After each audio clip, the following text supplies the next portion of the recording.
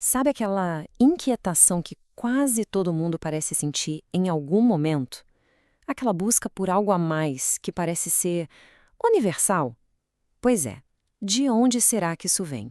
Bom, nessa nossa análise de hoje, a gente vai explorar uma das respostas mais antigas para essa pergunta, mergulhando na ideia do desejo por Deus.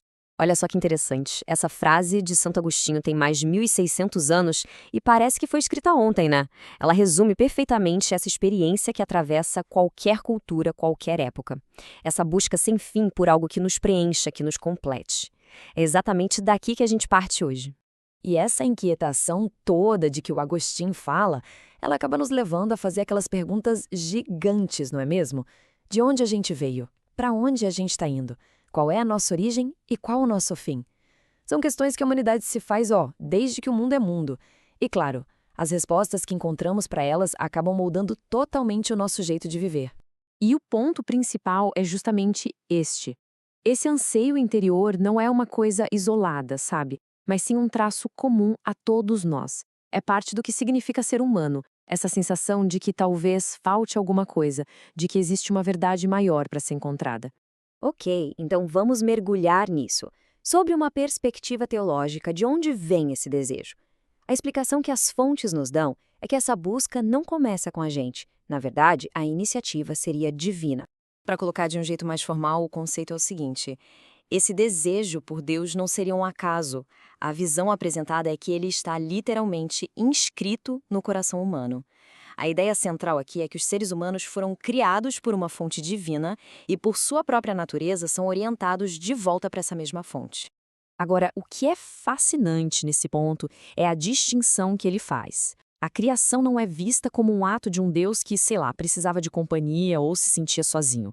Pelo contrário, a visão é que Deus, por ser completo em si mesmo, criou o universo não por alguma necessidade, mas como um ato livre, de puro amor e bondade. E essa iniciativa divina não é algo que aconteceu uma vez, lá no passado e pronto. Não. A ideia aqui é que se trata de um chamado constante, ativo, uma atração contínua que convida a humanidade para um relacionamento. Bom, isso nos leva naturalmente para a próxima pergunta. Se existe essa iniciativa divina, como é que essa comunicação acontece? Como essa tal de revelação se desenrola na prática? A palavra-chave aqui é revelação. Ela é definida como o ato de Deus se autorrevelar à humanidade.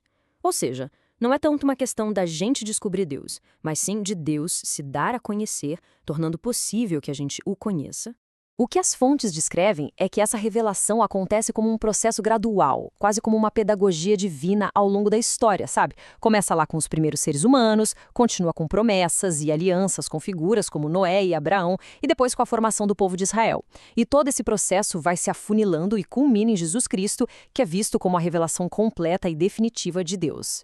É muito importante notar que esse passo a passo não é para ser só uma aula de história.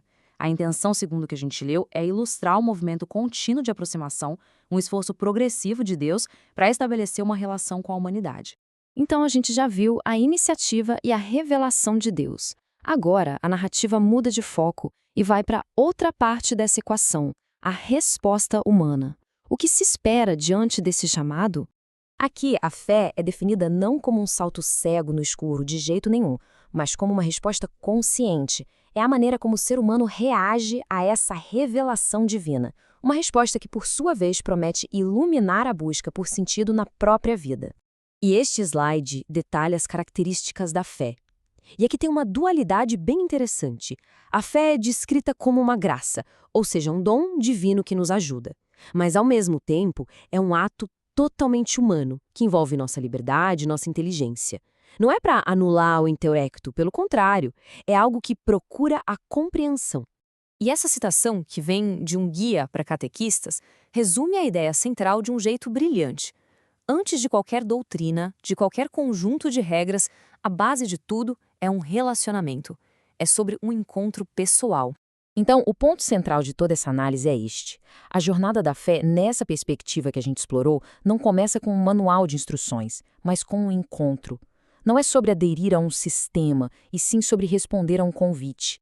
E para a gente fechar, fica esta reflexão. Se a fé é a resposta a uma revelação e a um anseio profundo, Qual é a pergunta fundamental que a própria inquietação, que o próprio coração está fazendo?